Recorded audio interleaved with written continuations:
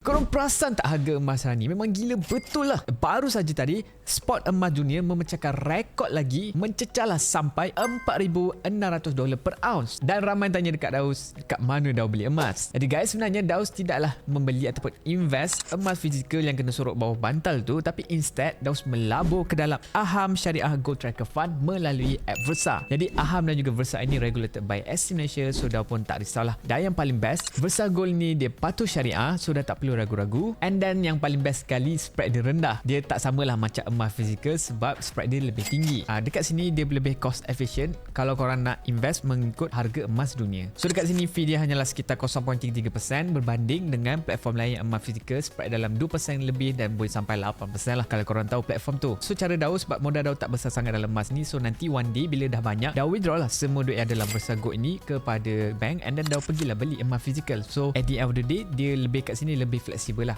Sementara untuk jangka masa panjang ni, kita invest dalam cara yang coefficient, nak tukar fizikal bayar premium saja. Jadi guys, korang mau tengok ini adalah pelaburan Daus dalam Versa Gold di mana modal asal Daus adalah RM17,000 lebih. Dan ini adalah hasil kumpulan ataupun kumulatif lah deposit Daus, di mana pada awalnya Daus hanya invest RM100 saja setiap bulan, and then bila dah nampak macam boleh pergi jauh, Daus invest RM1,000 lah setiap bulan bermula sekitar tahun lepas, dan hasilnya sekarang dah meningkat menjadi RM22,000. Jadi daripada 17 meningkat menjadi 22k, so itu masuk Daus untung sekitar RM5,000 lebih. Jadi itu adalah hasil Daus peram dan juga sabar sedikit. Ini bukan skim cepat kaya. Memang kalau korang nak kaya pakai emas ni, dia lambat lah. Memang tak susah lah nak jadi jutawan, tapi kalau korang konsisten, insyaAllah korang boleh berjaya. Jadi guys, siapa yang baru nak mula, Versa ada bagi RM10 percuma untuk user baru. So caranya sangat mudah. First kali korang boleh daftar Versa guna link Daus di profile, and then korang sign up, masukkan kod VDAUSDK sewaktu korang nak sign up tersebut. Korang settlekan registration, EKYC semua tu, and then korang deposit minimum RM100 lah ke dalam mana-mana fund yang ada dalam Versa yang korang suka, and then reward RM10 tersebut akan masuk dalam masa 30 hari bekerja. Jadi guys, korang kena nampak lah yang mana emas sekarang dia tengah perform kau-kau sebab berlakunya faktor geopolitik dunia. Memang dunia huru-hara sekarang ni. Jadi jangan tengok saja, cuma nak ingatkan ini bukanlah buy call ataupun sell call, hanya untuk tujuan pendidikan dan info umum saja. Do your own research. Jadi guys, jangan lupa like video ni, komen pendapat korang tentang emas boleh naik lagi ataupun tidak, ataupun korang suka silver, dan juga jangan lupa follow Daus.